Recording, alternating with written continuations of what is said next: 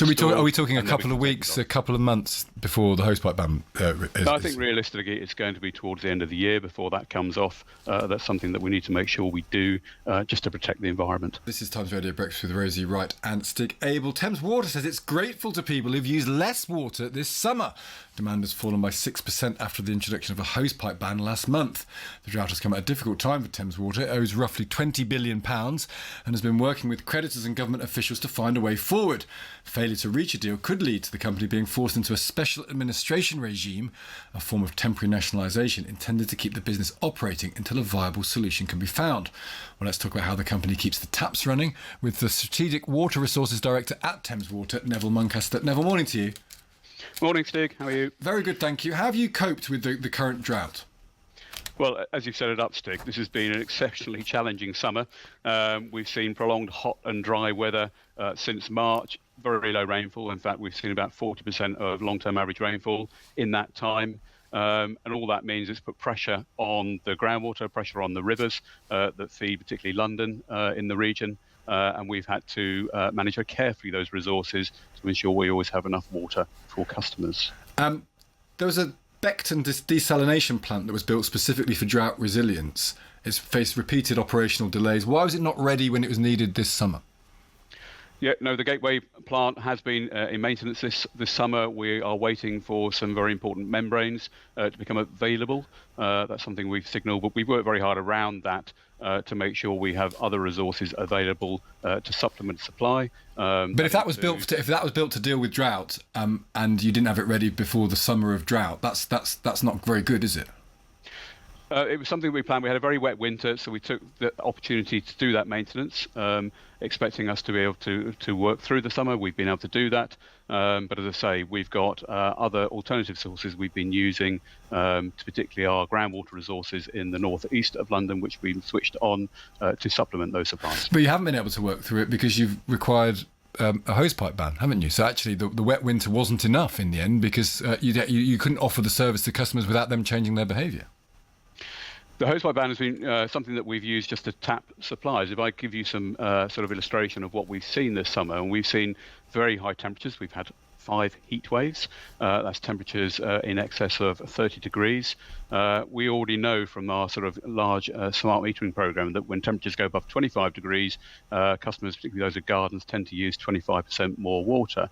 What we've seen with these heat waves is temperatures going above 30 degrees and customers using 50% more water. And that's a huge demand on top of our normal supplies and something that we had to cope with and make sure that we deal with. And that's why we've asked customers to help. And the temporary use ban has been put in place for that reason. And when will that stop, do you think?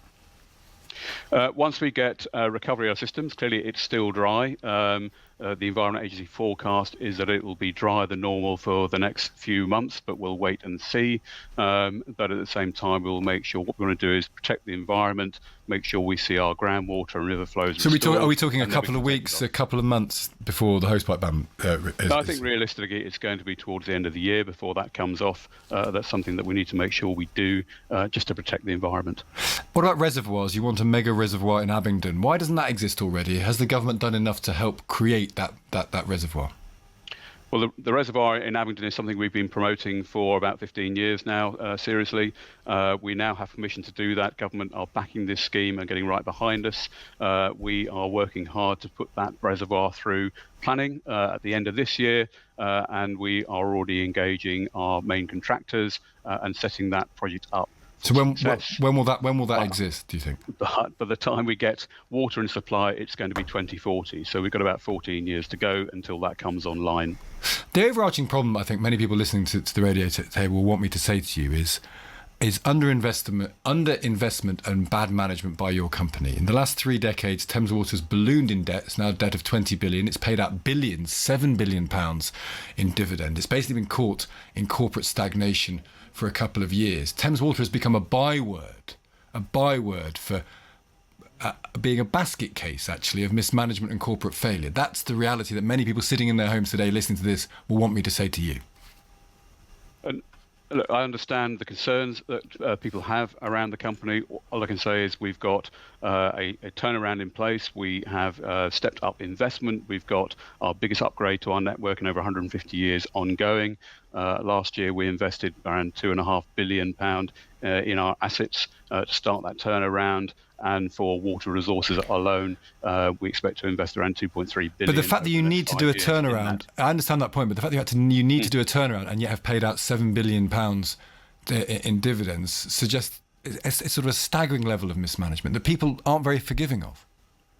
Well, I can't really comment on the past. I haven't been around. I think what's key is we've got 8,500 people who come to work every day now to make sure that customers get the best service they can. We work incredibly hard, particularly under this high-pressure situation, and that is what we are all committed to do, to make sure this company provides the best service it can. The investment goes in, and we turn the company into something which we can be proud of. Well, let's look about the service. Thames Water loses the equivalent of up to 250 Olympic-sized swimming pools of water every day through leaking pipes.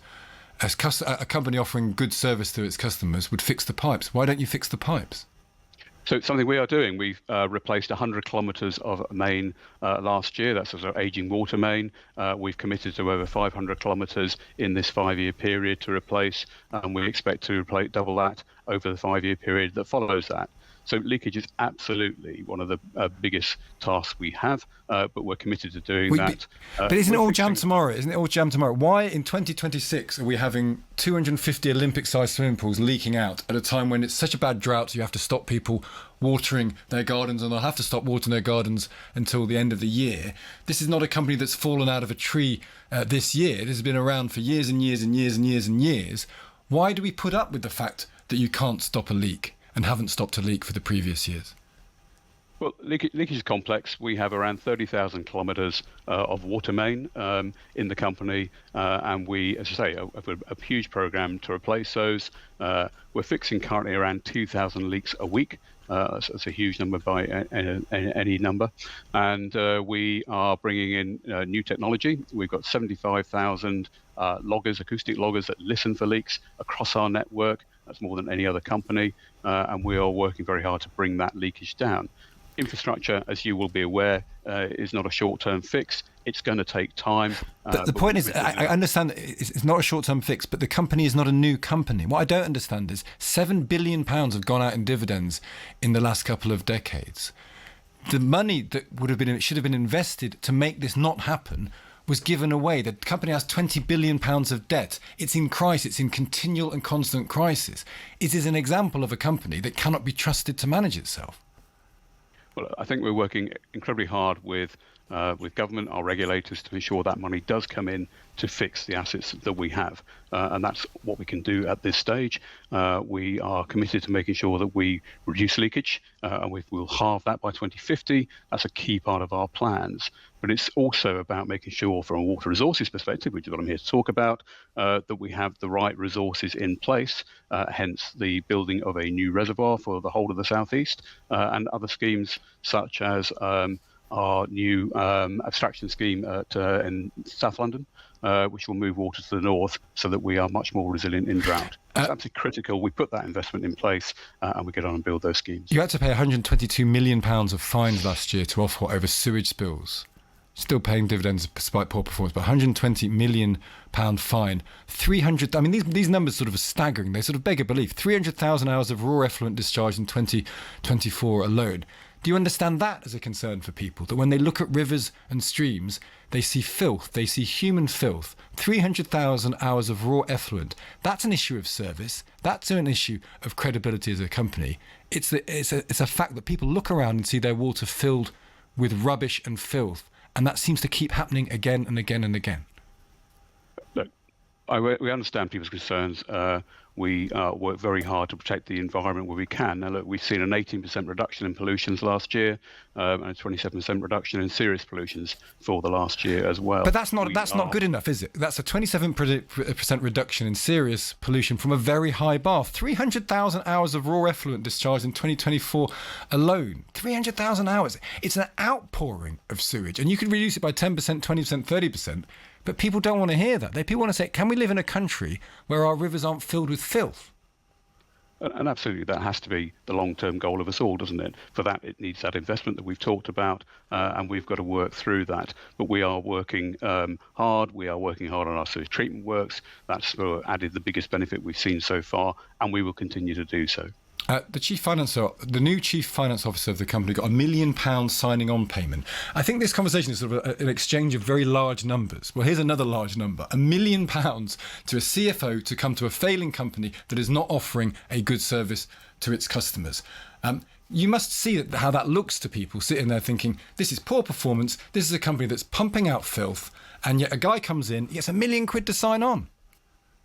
I can't comment on that. It's sort of something that's part of the remuneration committee, and I think has been explained in a letter to EFRA from our chairman very recently.